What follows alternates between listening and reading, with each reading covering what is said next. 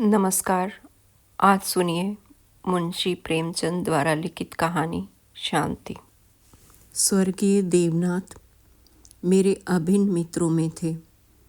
आज भी जब उनकी याद आती है तो वह रंगरेलियां आँखों में फिर जाती है और कहीं एकांत में जाकर ज़रा देर रो लेता हूँ। हमारे और उनके बीच में 200-250 मील का अंतर था।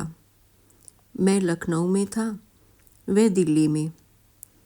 लेकिन ऐसा शायद ही कोई महीना जाता हो कि हम आपस में न मिल पाते हों।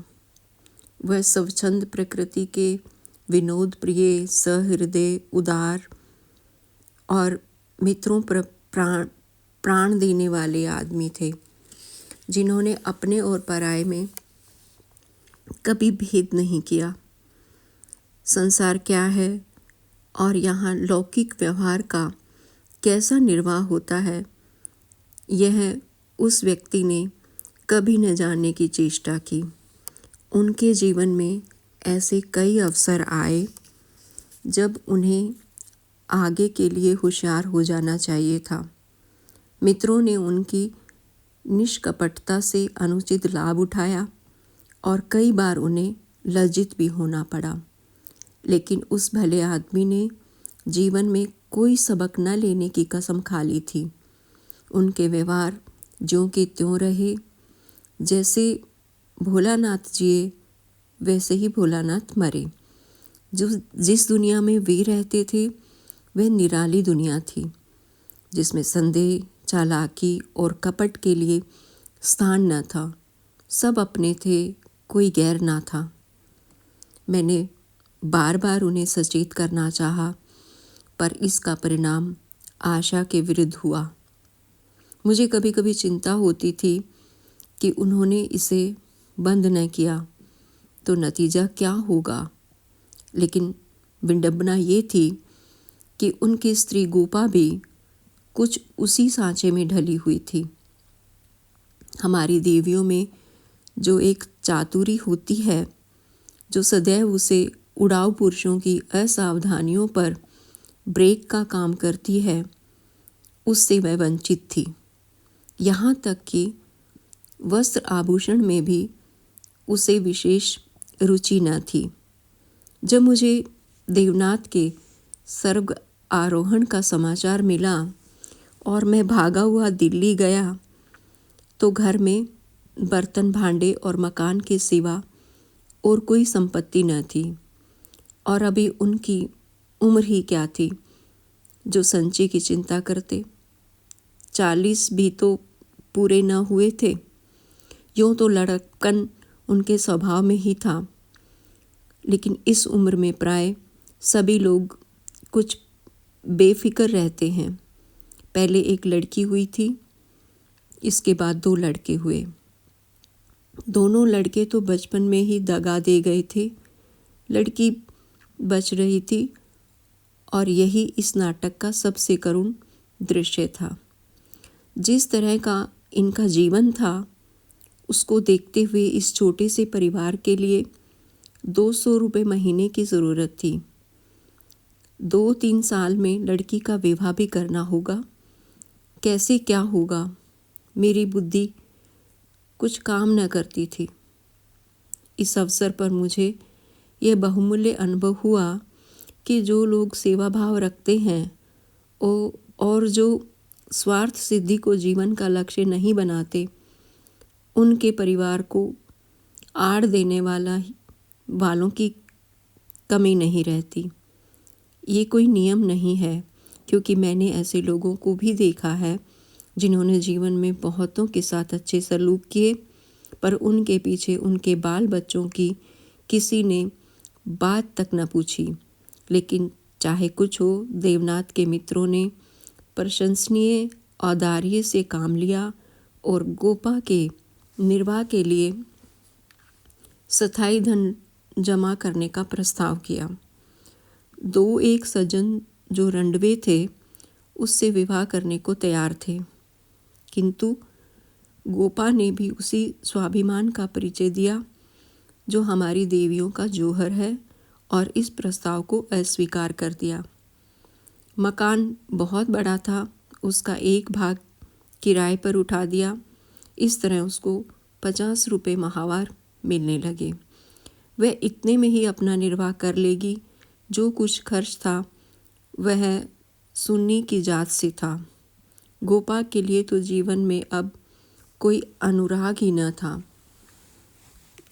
इसके 1 महीने बाद मुझे कारोबार के सिलसिले में विदेश जाना पड़ा और वहाँ मेरे अनुमान से कहीं अधिक 2 साल लग गए। गोपा के पत्र बराबर जाते रहते थे, जिससे मालूम होता था वे आराम से हैं, कोई चिंता की बात नहीं है। मुझे पीछे ज्ञात हुआ कि गोपा ने मुझे भी गैर समझा और वास्तविक स्थिति छिपाती रही। विदेश से लौटकर मैं सीधा दिल्ली पहुंचा। द्वार पर पहुंचते ही मुझे भी रोना आ गया। मृत्यु की प्रतिध्वनि सी छाई हुई थी। जिस कमरे में मित्रों के जमघट रहते थे उसके द्वार बंद थे। मकड़ियों ने चारों ओर जाले तान रखे थे। देवनाथ के साथ वह श्री लुप्त हो गई थी। पहली नज़र में मुझे तो ऐसा भ्रम हुआ कि देवनाथ द्वार पर खड़े मेरी ओर देखकर मुस्कुरा रहे हैं। मैं मिथ्यावादी नहीं हूँ और आत्मा की देहिकता में मुझे संदेह है, लेकिन उस वक्त एक बार मैं चौंक ज़रूर पड़ा। हृदय में एक कंपन सा उठा, लेकिन दूसरी नज़र में प्रतिमा मिट चुकी थी। द्वार खुला। गोपा के सिवा खोलने वाला ही कौन था? मैंने उसे देखकर दिल थाम लिया। उसे मेरे आने की सूचना थी और मेरे स्वागत की प्रतीक्षा में उसने नई साड़ी पहन ली थी और शायद बाल भी गुथा लिए थे। पर इन 2 वर्षों के समय ने उस पर जो आघात किए थे उन्हें क्या करती। नारियों के जीवन में यह अव्यवस्था है जब रूप लावण्य अपने पूरे विकास पर होता है, जब उसमें अल्हड़पन, चंचलता और अभिमान की जगह आकर्षण, माधुर्य और रसिकता आ जाती है। लेकिन गोपा का यौवन बीत चुका था। उसके मुख पर झुर्रियाँ और विषाद की रेखाएं अंकित थी, जिन्हें उसकी प्रयत्नशील प्रसन्नता भी न मिटा सकती थी। केशों पर सफ़ेदी दौड़ चली थी और एक एक अंग बूढ़ा हो रहा था। मैंने करुण स्वर में पूछा, क्या तुम बीमार थी गोपा? गोपा ने आंसू पीकर कहा, नहीं तो, मुझे कभी सिरदर्द भी नहीं हुआ। तो तुम्हारी यह क्या दशा है? बिल्कुल बूढ़ी हो गई हो। तो जवानी लेकर करना ही क्या है? मेरी उम्र भी तो 35 के ऊपर हो गई। 35 की उम्र तो बहुत नहीं होती। हाँ, उनके लिए जो बहुत दिन जीना चाहते हैं। मैं तो चाहती हूँ जितनी जल्दी हो सके जीवन का अंत हो जाए। बस सुन्नी के ब्याह की चिंता है। इससे छुट्टी पा जाऊँ, मुझे ज़िंदगी की परवाह न रहेगी। अब मालूम हुआ कि जो सज्जन इस मकान में किराएदार हुए थे वे थोड़े दिनों के बाद तब्दील होकर चले गए और तब से कोई दूसरा किराएदार न आया। मेरे हृदय में बर्छी सी चुभ गई। इतने दिन इन बेचारों का निर्वाह कैसे हुआ, ये कल्पना ही दुखद थी। मैंने विरक्त मन से कहा, लेकिन तुमने मुझे सूचना क्यों न दी? क्या मैं बिल्कुल गैर हूँ? गोपा ने लज्जित होकर कहा, नहीं नहीं, यह नहीं है। तुम्हें गैर समझूंगी तो अपना किसे समझूंगी? मैंने समझा प्रदेश में तुम खुद अपने झमेले में पड़े होगे। तुम्हें क्यों सताऊं? किसी न किसी तरह दिन कट ही गए।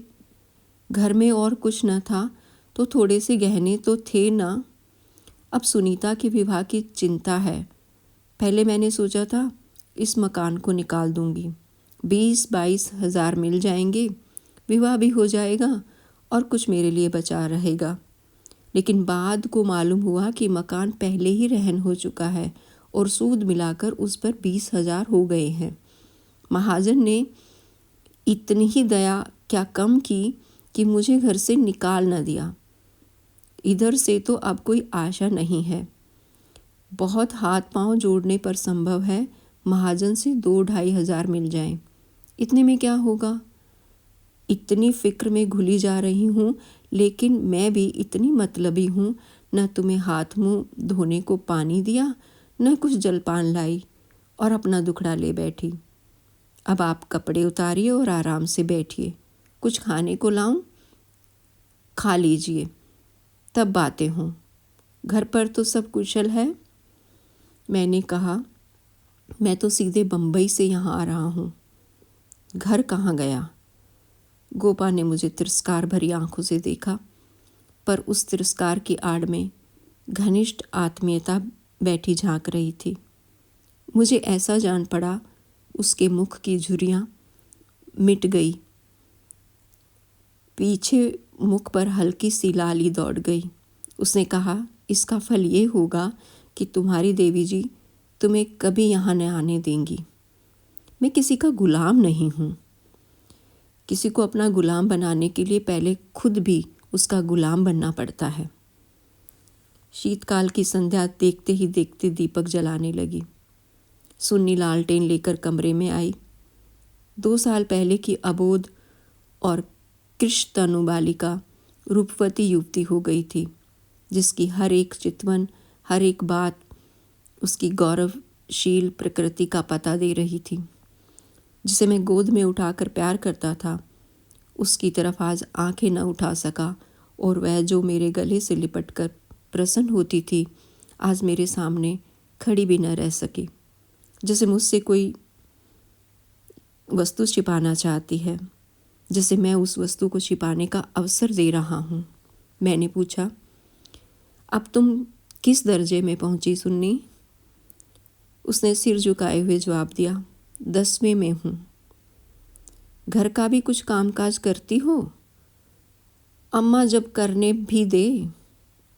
गोपा बोली, मैं नहीं करने देती या खुद किसी काम के नगीच नहीं जाती। सुन्नी मुंह फेर कर हंसती हुई चली गई। माँ की दुलारी लड़की थी। जिस दिन वह गृहस्थी का काम करती, उस दिन शायद गोपा रो रो कर आंखें फोड़ लेती। वह खुद लड़की को कोई काम न करने देती थी, मगर सबसे शिकायत करती थी कि वह कोई काम नहीं करती। ये शिकायत भी उसके प्यार का ही एक करिश्मा था। हमारी मर्यादा हमारे बाद भी जीवित रहती है। मैं भोजन करके लेटा तो गोपा ने फिर सुन्नी के विवाह की तैयारी की चर्चा छेड़ दी। इसके सिवा उसके पास और बात ही क्या थी? लड़के तो बहुत मिलते हैं, लेकिन कुछ हैसियत भी तो हो। लड़की को यह सोचने का अवसर क्यों मिले कि दादा होते तो शायद मेरे लिए इससे अच्छा वर ढूंढते। फिर गोपा ने डरते डरते लाला मदारी लाल के लड़के का जिक्र किया।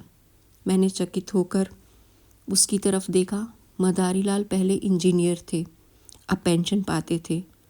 लाखों रुपया जमा कर लिए थे, पर अब तक उनके लोभ की भूख न बुझी थी।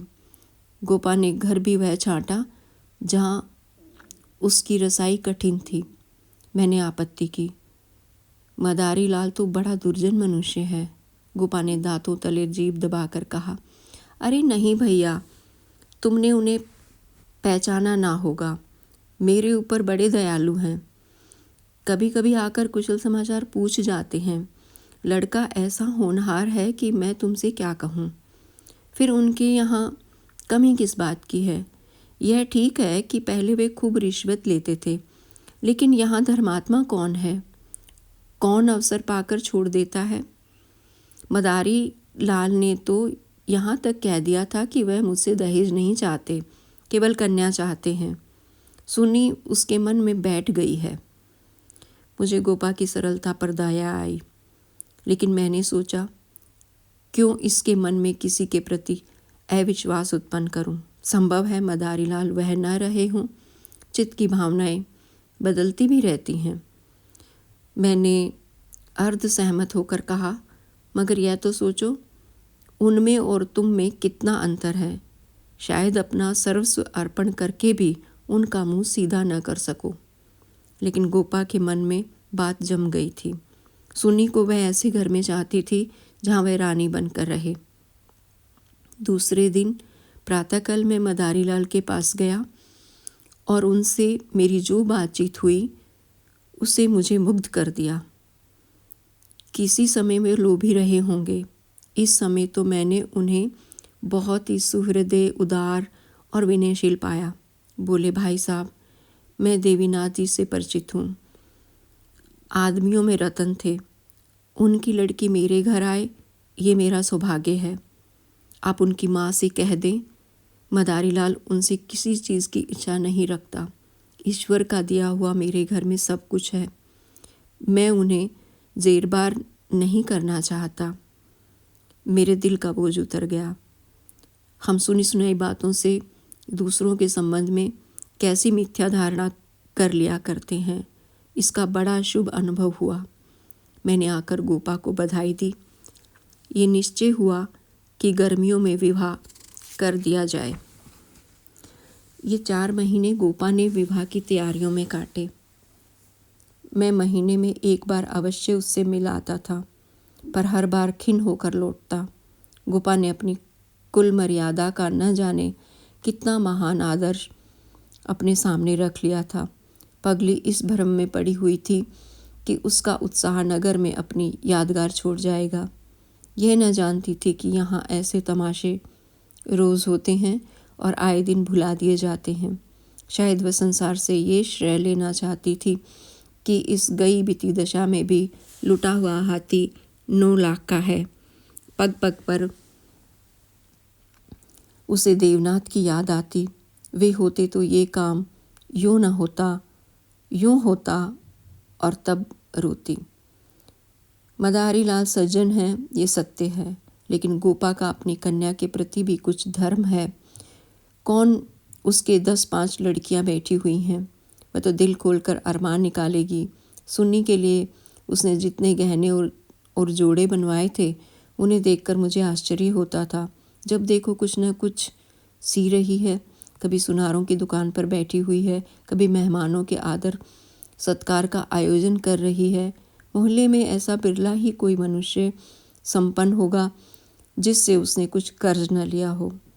वह इसे कर्ज समझती थी, पर देने वाले दान देकर समझ कर देते थे। सारा मोहल्ला उसका सहायक था। सुन्नी अब मोहल्ले की लड़की थी। गोपा की इज्जत सबकी इज्जत है, और गोपा के लिए तो नींद और आराम हराम था। दर्द से सिर फटा जा रहा है। आधी रात हो गई है, मगर वह बैठी कुछ न कुछ सी रही है, या इस कोठी का ध्यान उस कोठी कर रही है। कितनी वात्सल्य से भरी आकांक्षा थी जो देखने वाले में श्रद्धा उत्पन्न कर देती थी। अकेली औरत, और वह भी आधी जान की, क्या क्या करे। जो काम दूसरों पर छोड़ देती है उसी में कुछ न कुछ कसर रह जाती है, पर उसकी हिम्मत है कि किसी तरह हार नहीं मानती। पिछली बार उसकी दशा देखकर मुझसे रहा न गया। बोला, गोपा देवी, अगर मरना ही चाहती हो तो विवाह हो जाने के बाद मरो। मुझे भय है कि तुम उससे पहले ही न चल दो। गोपा का मुरझाया हुआ मुख प्रमोदित हो उठा। बोली, उसकी चिंता ना करो भैया, विधवा की आयु बहुत लंबी होती है। तुमने सुना नहीं, रांड मरे न खंडर डहे। लेकिन मेरी कामना यही है कि सुन्नी का ठिकाना लगाकर मैं भी चल दूं। अब और जीकर क्या करूंगी? सोचो, क्या करूं? अगर किसी तरह का विघ्न पड़ गया तो किसकी बदनामी होगी? इन 4 महीनों में मुश्किल से घंटा भर सोती होंगी। नींद ही नहीं आती, पर मेरा चित्त प्रसन्न है। मैं मरूं या जीऊं, मुझे ये संतोष तो होगा कि सुन्नी के लिए उसका बाप जो कर सकता था वह मैंने कर दिया।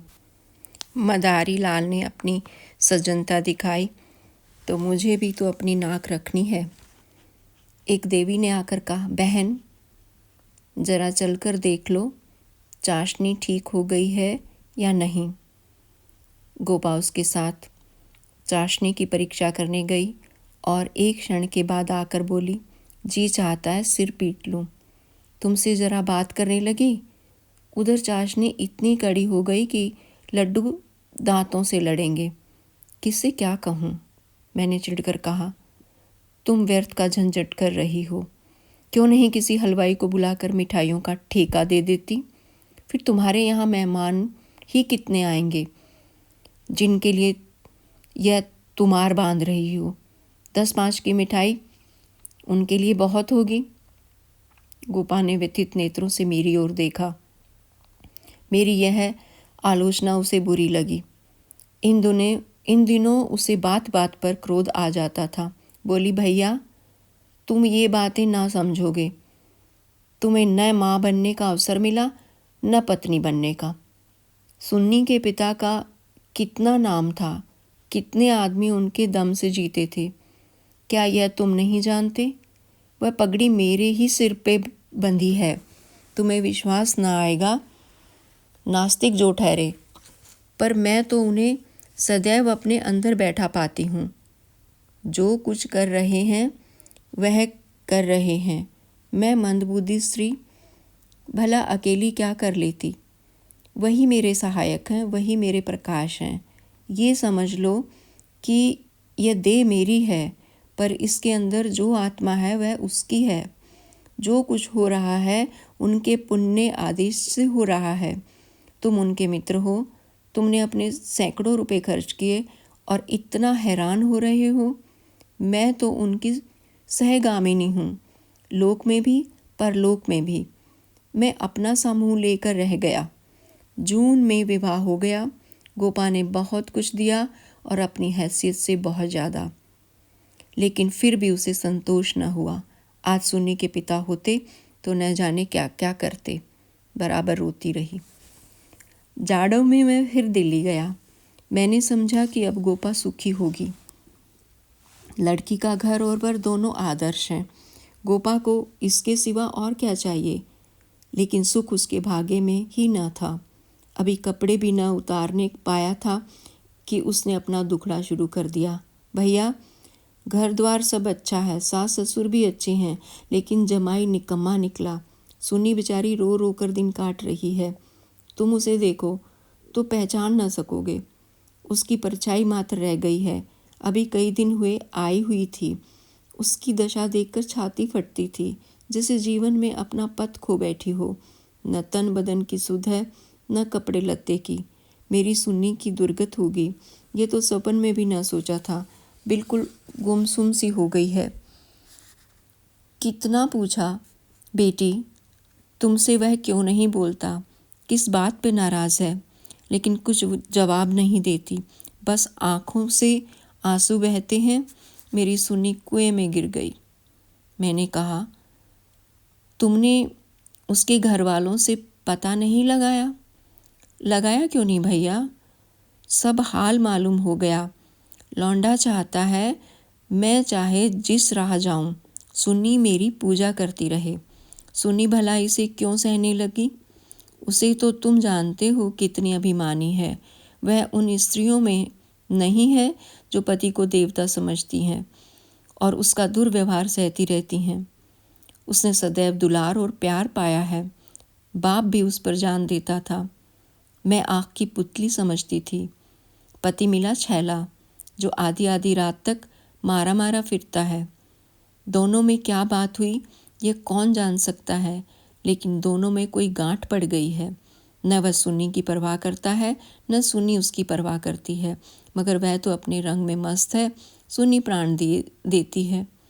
उसके लिए सुन्नी की जगह मुन्नी है, सुन्नी के लिए उसकी उपेक्षा है और रुदन है।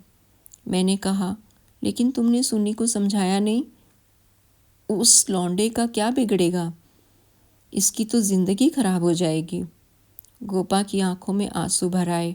बोली, भैया किस दिल से समझाऊं? सुन्नी को देखकर तो मेरी छाती फटने लगती है। बस यही जी चाहता है कि इसे अपने कलेजे में ऐसे रख लूं कि कोई कड़ी आँख से देख भी ना सके।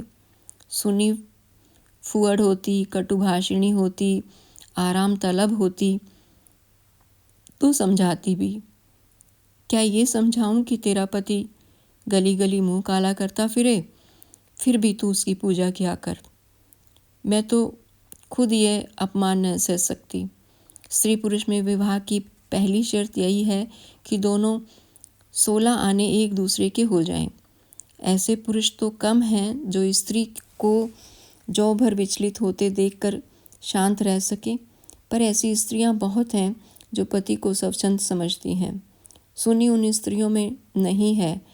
वह अगर आत्मसमर्पण करती है तो आत्मसमर्पण चाहती भी है, और यदि पति में यह बात न हुई तो वह उससे कोई संपर्क न रखेगी, चाहे उसका सारा जीवन रोते कट जाए। यह कहकर गोपा भीतर गई और एक सिंगारदान लाकर उसके अंदर के आभूषण दिखाती बोली, सुने इसे अब की बार यहीं छोड़ गई, इसलिए आई थी। ये वे गहने हैं जो मैंने न जाने कितना कष्ट सहकर बनवाए थे। इनके पीछे महीनों मारी मारी फिरी थी, यूँ कहो कि भीख मांगकर जमा किए थे। सुनी अब इनकी ओर आंख उठाकर भी नहीं देखती। पहने तो किसके लिए, सिंगार करे तो किस पर। 5 संदूक कपड़े क्या दिए थे। कपड़े सीते सीते मेरी आंखें फूट गई। ये सब कपड़े उठाती लाई। इन चीज़ों से उसे घृणा हो गई है। बस कलाई में 2 चूड़ियाँ और एक उजली साड़ी, यही उसका सिंगार है। मैंने गोपा को सांत्वना दी, मैं जाकर केदारनाथ से मिलूँगा, देखूँ तो वह किस रंग ढंग का आदमी है। गोपा ने हाथ जोड़कर कहा, नहीं, भूल कर भी न जाना। सुननी सुनेगी तो प्राण ही दे देगी। अभिमान की पुतली ही समझो उसे, रस्सी समझ लो जिसके जल जाने पर भी बल नहीं जाते। जिन पैरों से उसे ठकुरा दिया है उन्हें वह कभी न सहलाएगी। उसे अपना बनाकर कोई चाहे तो लौंडी बना लो, लेकिन शासन तो उसने मेरा ना सहा, दूसरों का क्या सहेगी। मैंने गोपा से उस वक्त कुछ न कहा, लेकिन अवसर पाते ही लाला मदारी लाल से मिला। मैं रहस्य का पता लगाना चाहता था। संयोग से पिता और पुत्र दोनों ही एक जगह मिले। मुझे देखते ही केदार ने इस तरह झुककर मेरे चरण छुए कि मैं उसकी शालीनता पर मुग्ध हो गया। तुरंत भीतर गया और चाय, मुरब्बा और मिठाइयाँ लाया। इतना सौम्य, इतना सुशील, इतना विनम्र युवक मैंने न देखा था। ये भावना ही न हो सकती थी कि इसके भीतर और बाहर में कोई अंतर हो सकता है। जब तक रहा सिर झुकाए बैठा रहा। उच्च श्रृंखला तो उसे छू भी नहीं गई थी। जब केदार टेनिस खेलने गया तो मैंने मदारी लाल से कहा, केदार बाबू तो बहुत सच चरित्र जान पड़ते हैं, फिर स्त्री पुरुष में इतना मनोमालिन्य क्यों हो गया है। मदारी लाल ने एक क्षण विचार करके कहा, इसका कारण इसके सिवा और क्या बताऊं कि दोनों अपने माँ बाप के लाडले हैं, और प्यार लड़कों को अपने मन का बना देता है। मेरा सारा जीवन संघर्ष में कटा, अब जाकर जरा शांति मिली है। भोग विलास का कभी अवसर ही ना मिला। दिन भर परिश्रम करता था, संध्या को पढ़कर सो जाता था। स्वास्थ्य भी अच्छा न था, इसलिए बार बार ये चिंता सवार रहती थी कि संचय कर लूं, ऐसा ना हो कि मेरे पीछे बाल बच्चे भीख मांगते फिरें। नतीजा ये हुआ कि इन महाशय को मुफ्त का धन मिला, सनक सवार हो गई, शराब उड़ने लगी, फिर ड्रामा खेलने का शौक हुआ। धन की कमी न थी, उस पर माँ बाप के अकेले बेटे, उनकी प्रसन्नता ही हमारे जीवन का स्वर्ग थी। पढ़ना लिखना तो दूर रहा, विलास की इच्छा बढ़ती गई, रंग और गहरा हुआ, अपने जीवन का ड्रामा खेलने लगे। मैंने ये रंग देखा तो मुझे चिंता हुई, सोचा ब्याह कर दूं, ठीक हो जाएगा। गोपा देवी का पैगाम आया तो मैंने तुरंत स्वीकार कर लिया। मैंने सुन्नी को देख चुका था, सोचा ऐसी रूपवती पत्नी पाकर इनका मन स्थिर हो जाएगा। पर वह भी लाडली लड़की थी, हठीली, अबोध, आदर्शवादिनी। सहिष्णुता तो उसने सीखी ही न थी। समझौते का जीवन में क्या मूल्य है, इसकी उसे खबर ही नहीं। लोहा लोहे से लड़ गया, वह अभिमान से पराजित करना चाहती है, ये उपेक्षा से। यही रहस्य है और साहब, मैं तो बहू को ही अधिक दोषी समझता हूँ। लड़के प्राय मनचले होते हैं, लड़कियाँ स्वभाव से ही सुशील होती हैं और अपनी जिम्मेदारी समझती हैं। उसमें ये गुण ही नहीं, डोंगा कैसे पार होगा, ईश्वर ही जाने। सहसा सुन्नी अंदर से आ गई, बिल्कुल अपने चित्र की रेखा सी, मानो मनोहर संगीत की प्रतिध्वनि हो। कुंदन तप कर भस्म हो गया था। मिटी हुई आशाओं का इससे अच्छा चित्र नहीं हो सकता।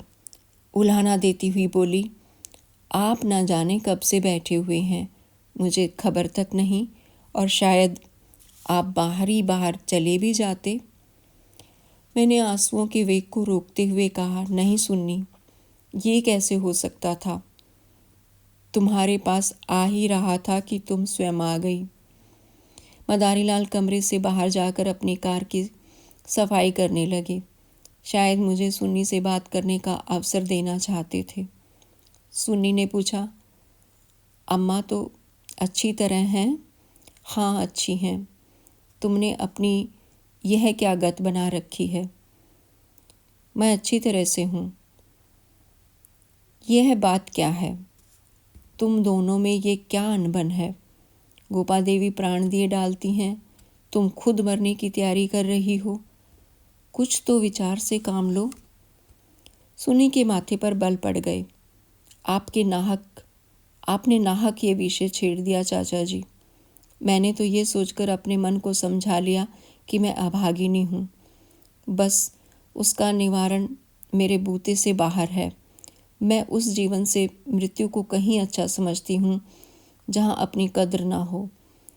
मैं व्रत के बदले व्रत चाहती हूँ। जीवन का कोई दूसरा रूप मेरी समझ में नहीं आता। इस विषय में किसी तरह का समझौता करना मेरे लिए असंभव है। नतीजे की मैं परवाह नहीं करती। लेकिन नहीं चाचा जी, इस विषय में अब कुछ न कहिए, नहीं तो मैं चली जाऊंगी। आखिर सोचो तो। मैं सब सोच चुकी और तय कर चुकी। पशु को मनुष्य बनाना मेरी शक्ति से बाहर है। इसके बाद मेरे लिए अपना मुंह बंद करने के सिवा और क्या रह गया था। मई का महीना था। मैं मसूरी गया हुआ था और गोपा का तार पहुंचा। तुरंत आओ, ज़रूरी काम है। मैं घबरा तो गया, लेकिन इतना निश्चिंत था कि कोई दुर्घटना नहीं हुई है। दूसरे दिन दिल्ली जा पहुंचा। गोपा मेरे सामने आकर खड़ी हो गई, निस्पंद, मूक, निष्प्राण, जैसे तपेदिक की रोगी हो। मैंने पूछा, कुशल तो है? मैं तो घबरा उठा था। उसने बुझी हुई आंखों से देखा और बोली, सच? सुन्नी तो कुशल से है। हाँ, अच्छी तरह। और केदारनाथ? वह भी अच्छी तरह है। तो फिर माजरा क्या है? कुछ तो नहीं। तुमने तार दिया और कहती हो कुछ तो नहीं। दिल घबरा रहा था, इससे तुम्हें बुला लिया। सुन्नी को किसी तरह समझाकर यहाँ लाना है। मैं तो सब कुछ करके हार गई। क्या इधर कोई नई बात हो गई? नई तो नहीं है, लेकिन एक तरह से नई ही समझो। केदार एक एक्ट्रेस के साथ कहीं भाग गया। 1 सप्ताह से उसका कहीं पता नहीं है। सुन्नी से कह गया है, जब तक तुम रहोगी घर में नहीं आऊँगा। सारा घर सुन्नी का शत्रु हो रहा है, लेकिन वह वहाँ से टलने का नाम नहीं लेती। सुना है केदार अपने बाप के दस्तक बनाकर कई हजार रुपए बैंक से ले गया है। तुम सुन्नी से मिली थी? हाँ, 3 दिन से बराबर जा रही हूँ। वह नहीं आना चाहती। तो रहने क्यों नहीं देती? वहाँ घुट घुट कर मर जाएगी। मैं उन्हीं पैरों लाला मदारीलाल के घर चला। हालांकि मैं जानता था कि सुन्नी किसी तरह न आएगी, मगर वहाँ पहुँचा तो देखा कोहराम मचा हुआ है। मेरा कलेजा धक से रह गया। वहाँ तो अर्थी सज रही थी। मोहल्ले के सैकड़ों आदमी जमा थे। घर में से हाय हाय की क्रंदन ध्वनि आ रही थी। यह सुन्नी का शव था। मदारीलाल मुझे देखते ही मुझसे उन्मत्त की भांति लिपट गए और बोले, भाई साहब मैं तो लुट गया, लड़का भी गया, बहू भी गई, जिंदगी की गारत हो गई। मालूम हुआ कि जब से केदार गायब हो गया था, सुन्नी और भी ज़्यादा उदास रहने लगी थी। उसने उसी दिन अपनी चूड़ियाँ तोड़ डाली थी और मांग का सिंदूर पोंछ डाला था। सास ने जब आपत्ति की तो उनको अपशब्द कहे। मदारीलाल ने समझाना चाहा तो उन्हें भी जली कुटी सुनाई। ऐसा अनुमान होता था उन्माद हो गया है। लोगों ने उससे बोलना छोड़ दिया था। आज प्रातःकाल यमुना स्नान करने गई। अंधेरा था, सारा घर सो रहा था, किसी को नहीं जगाया। जब दिन चढ़ गया और बहू घर में ना मिली तो उसकी तलाश होने लगी। दोपहर को पता लगा कि यमुना गई है। लोग उधर भागे, वहाँ उसकी लाश मिली। पुलिस आई, शव की परीक्षा हुई, अब जाकर शव मिला है। मैं कलेजा थाम कर बैठ गया। हाय, अभी थोड़े दिन पहले तो सुंदरी पालकी पर सवार होकर आई थी, आज वह 4 के कंधे पर जा रही है। मैं अर्थी के साथ हो लिया और वहाँ से लौटा तो रात के 10 बज गए थे। मेरे पाँव काँप रहे थे। मालूम नहीं यह खबर पाकर गोपा की क्या दशा होगी, प्राणांत न हो जाए, मुझे यही भय हो रहा था। सुन्नी उसके प्राण थी, उसके जीवन का केंद्र थी। उस दुखिया के उद्यान में यही पौधा बच रहा था। उसे वह हृदय रक्त से सींच सींच कर पाल रही थी। उसके वसंत का सुनहरा स्वप्न ही उसका जीवन था। उसमें कौपलें निकलेंगी, फूल खिलेंगे, फल लगेंगे, चिड़िया उसकी डाली पर बैठकर अपने सुहाने राग गाएंगी। किंतु आज निष्ठुर नियति ने उस जीवन सूत्र को उखाड़ कर फेंक दिया और अब उसके जीवन का कोई आधार न था। वह बिंदु ही मिट गया था जिस पर जीवन की सारी रेखाएं आकर एकत्र हो जाती थी। दिल को दोनों हाथों से सांभे मैंने जंजीर खटखटाई। गोपा एक लालटेन लिए निकली। मैंने गोपा के मुख पर एक नए आनंद की झलक देखी। मेरी शोक मुद्रा देखकर उसने मातृवत प्रेम से मेरा हाथ पकड़ लिया और बोली, आज तो तुम्हारा सारा दिन रोते ही कटा। अर्थी के साथ बहुत से आदमी रहे होंगे। मेरे जी में भी आया कि चलकर सुन्नी के अंतिम दर्शन कर लूं, लेकिन मैंने सोचा जब सुन्नी ही न रही तो उसकी लाश में क्या रखा है, ना गई। मैं विस्मय से गोपा का मुंह देखने लगा तो इसे यह शोक समाचार मिल चुका है। फिर भी वह शांति और अविचल धैर्य बोला, अच्छा किया ना गई, रोना ही तो था। हाँ और क्या, रोई यहाँ भी, लेकिन तुमसे सच कहती हूँ, दिल से नहीं रोई। न जाने कैसे आंसू निकल आए। मुझे तो सुन्नी की मौत से प्रसन्नता हुई। दुखिया अपनी मान मर्यादा के लिए संसार से विदा हो गई, नहीं तो न जाने क्या क्या देखना पड़ता। इसलिए और भी प्रसन्न हूँ कि उसने अपनी आन निभा दी। स्त्री के जीवन में प्यार ना मिले तो उसका अंत हो जाना ही अच्छा। तुमने सुन्नी की मुद्रा देखी थी?